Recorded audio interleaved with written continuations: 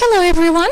So today I'm going to do another lesson on simple harmonic motion, and this is going to be giving you more information about the sine waves, okay?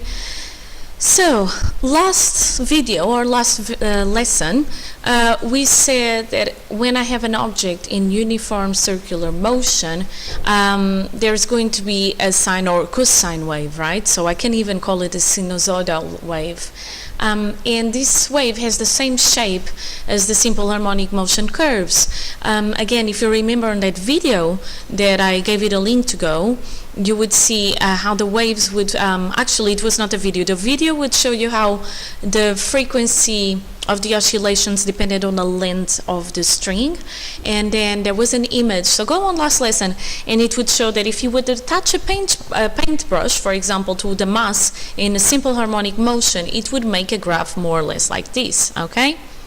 Alright, now so because I have kind of a circular motion, I need to figure out what are going to be my coordinates, okay? So measured from the center of the circle, the coordinates of the object that I have are going to be the following. In x, which here it is, that's the x, and that's the circular motion that I have, is going to be r, the radius, times the cosine of this angle. So that's x. And then y, which is here, is going to be r, again the radius, times the sine, because I want this side, of the angle.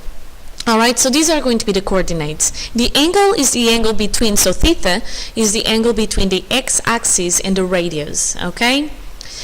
And then I have here this graph. This graph is showing how the x-coordinate changes as the angle changes. So as I keep moving around, can you see this line and this point here, P? As I keep moving around, this would be the shape that I would have. Now, if you remember the sinusoidal waves, the cosine is the one that when the angle is 0, the cosine of 0 is going to be 1, so that's r here, okay? So when I have no angle whatsoever, my displacement is actually this r, okay? Alright, so there's an exercise that you can do, and if you again remember my last lesson, sorry, you will remember me saying something such as in simple harmonic motion you have to keep showing that the acceleration has a certain formula. So this is an exercise where you can show that, okay? I'm going to have here two balls, P and Q. P is on this turntable and Q is on this pendulum, okay? So I'm going to have a projector and it's going to produce a shadow of the balls P and Q onto the screen, and this is this screen here, okay? P is traveling in uniform motion and Q is oscillating in a pendulum. Now, if their time periods are the same, the two shadows are going to keep up with each other perfectly, okay? And this shows that P and Q have the same horizontal motion. So that means that Q's acceleration is going to be the same as P's acceleration on the screen, okay? So let's show this, because basically I have here a case of uniforms, oh my god, I forgot the simple harmonic motion. Here we go. So I have here a case of simple harmonic motion, and I have a uniform motion, but I'm telling you that the accelerations are going to be the same on the horizontal component. So let's prove this, okay? So that's the exercise. Show that Q's acceleration is the same as the acceleration for simple harmonic motion, which is in this form, minus a constant, which is going to be 2 pi f squared times x, the displacement. Because 2 pi f is equal to omega, where omega is my angular frequency, then I have minus omega squared times x, okay? Alright, so for you to do this, and you may be expected to do this in your exams, for example, give it a go and try to follow those steps. Get first the acceleration for P, so the one going in traveling in uniform motion, then change the acceleration for P in terms of F and omega. Then get the component of the acceleration, okay? Remember that my acceleration is in the horizontal direction, and then substitute the acceleration on the formula. So if you follow these 5 steps, you're going to get it right, okay? So I'm going to move the slide and show you the solutions. If you want, pause the video and try it yourself, okay? So, again, I am proving that my acceleration in the horizontal motion, so AX, equals minus 2 pi f squared times x, the displacement, that is equal to minus omega squared x.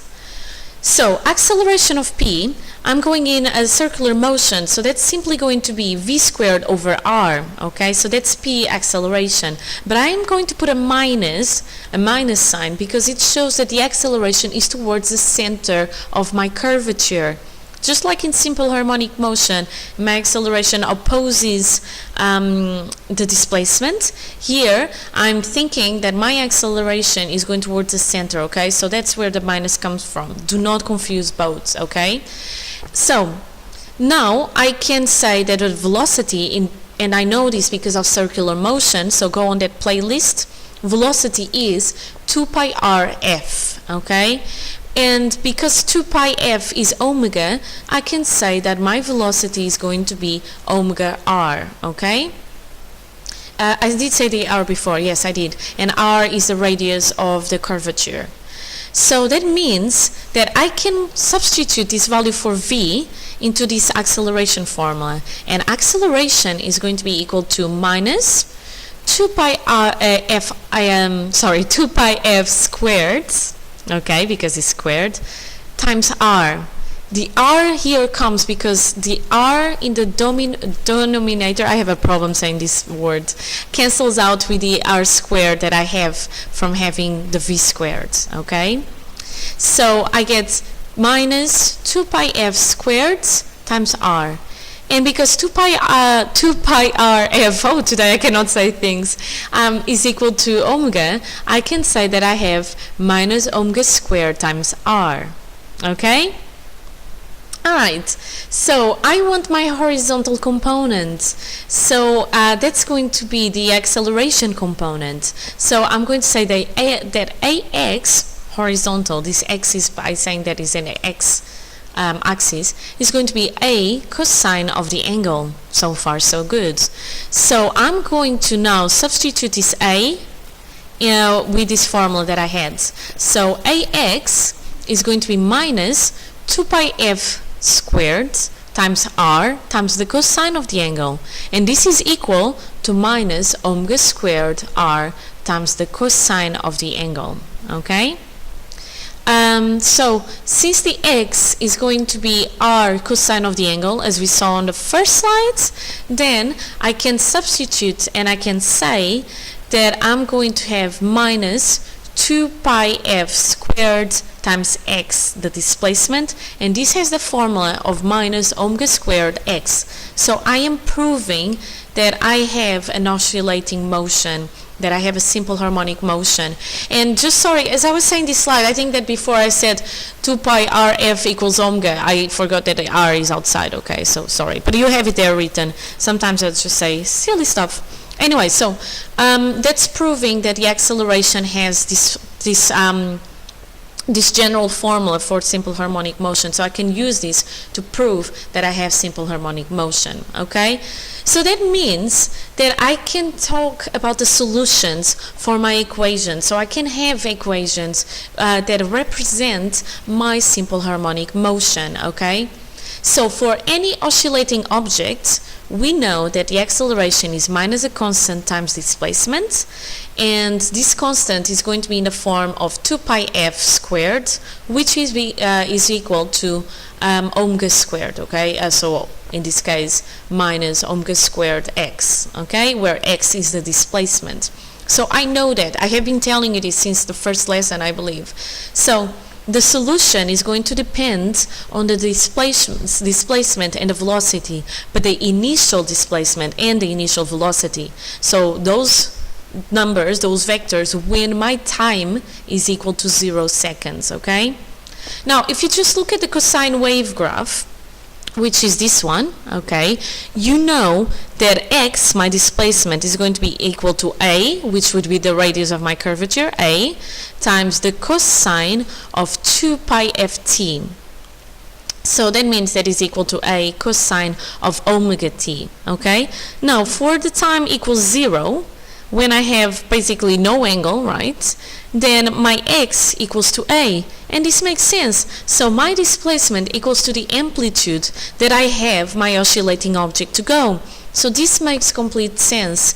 And in case you want, you can use the mathematical way to figure out the solutions. In case you're finding that you're struggling, go ahead, draw the wave, the cosine wave, and think about what would be my displacement at a certain time, okay? And that is it. Let me just remind you that if you're using omega t, this needs to be in radians. We're talking about circular motion or some sort of circular motion, okay? So you need to have everything in your calculator in radians to get, to get the right answers. And they are actually saying when you use the equation x equals a cosine of omega t, okay? So these are all sinusoidal curves, okay? Now, just for your information, the general solution is actually for my acceleration. So for acceleration equals minus omega squared x is this one. X equals a sine of omega t plus phi, where phi is the phase difference between a certain time no time actually, the initial, when the displacement is 0. So if I have a different wave where my displacement is 0 but the other wave has a different wave difference, I'm going to include that in my solutions, okay? But you do not need to know this formula, okay? So you don't need to worry about that. And then the time period does not depend on the amplitude of the oscillating motion. Again, remember that video that I showed you last lesson or last video, okay? What depends, what makes that the time period is different is the length of the string, okay? So for example, the time period of an object oscillating on a spring is the same regardless of whether the amplitude is large or small. Alright, so that's it for today, for this lesson.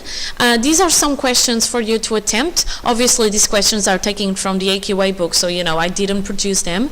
And give it a go, pause the video if you want, and these are going to be the solutions for the questions.